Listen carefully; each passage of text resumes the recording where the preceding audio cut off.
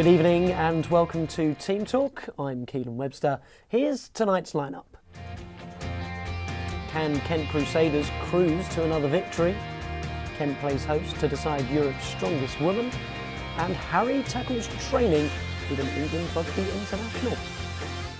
Kent Crusaders have made a blistering start in Division 2 of the National Basketball League. Unbeaten and top of the table, they welcomed London Westside to Brompton. Here's Sean Hills to tell us how they got on. Kent Crusaders failed to keep their unbeaten run alive on Saturday when London Westside came to visit. Here are your top 5 plays. In at number 5 is opposition player Kane Henry McCallan, who weaves nicely through the Kent defence and finishes with a strong layup. In at number 4 is Kent's Mohamed Adamu, who steals at one end and then races down the other to finish nicely with the layup. In at number 3 is John Stradipo, who shows his strength and power as he finishes with heavy contact here on the layup.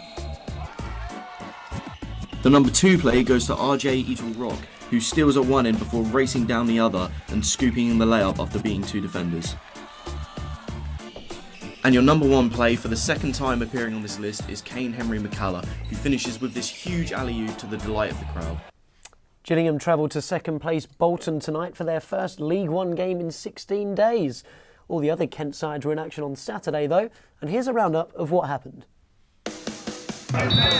The first round of the FA Trophy threw together an all-Kent contest between Dartford and Dover. Ricky Miller has been the subject of interest from Gillingham in the past week, and with 22 goals in 20 National League games, it's easy to see why. Justin Edinburgh admitted that he's been keeping tabs on the striker, and the Gills boss would have admired his composure as he slid the Whites in front at Prince's Park. Whilst that goal might have made it 27 for the season for Miller, Dartford's Ronnie Vint had yet to break his duck, but the centre-half scrambled home the second-half equaliser to ensure that the pair's goal-scoring exploits were shared on the day. Dartford probed as they looked to pull off a shock result, but in the end both sides had to settle for a replay at the Crabble tomorrow night. Maidstone and Ebbsfleet will also contest an unwanted replay after frustrating draws, but I'm not sure frustrating was the only word used in the Hythe dressing room after they conceded 8 at Welling. In the Ryman Premier, unbeaten in 4 games, Tunbridge took on no points in 4 games, Staines Town. So only one winner, right? Well, that particular script didn't make its way to Max Worsfold. The Staines winger made his mark on the tie by sticking the ball into the bottom right-hand corner. Tunbridge saw a header turned off the line before the break, but had no such luck themselves after the first 45, when Worsfold nodded in his second on the 64th minute. The Angels got a lifeline with 15 minutes to go, when substitute Luke Allen's first touch after coming on halved the deficit. Why didn't he start, wondered the home fans.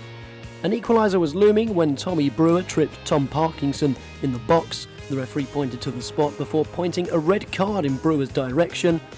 Up stepped Allen to rescue a point. Maybe that's why he wasn't starting.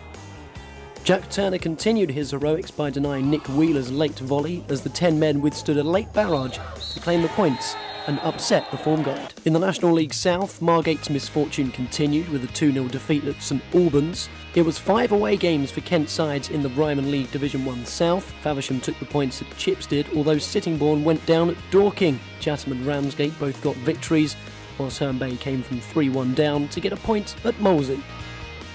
Some of the strongest women from across the continent descended on Mepham on Saturday. They were in Kent to compete in Europe's Strongest Woman, but who would come out on top? Seb Jenkins went to find out. Hundreds of people have flocked here to a leisure centre in Mepham today to witness the Europe's Strongest Woman event.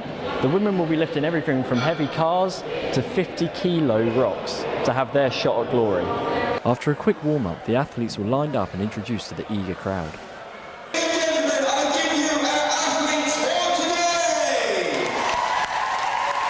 37 athletes from 7 different countries over 3 weight categories were all competing to be crowned the strongest woman in Europe.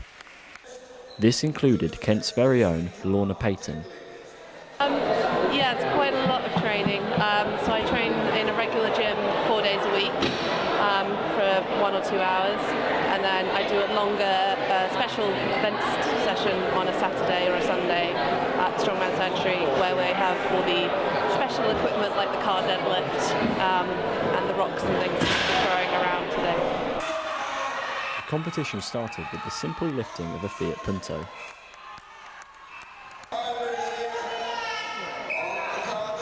With the 4-time strongest man in the world, Magnus Magnussen, looking on, some athletes managed over 25 reps in the given minute. The competition continued with the lifting of rocks weighing up to 50 kilos above their heads.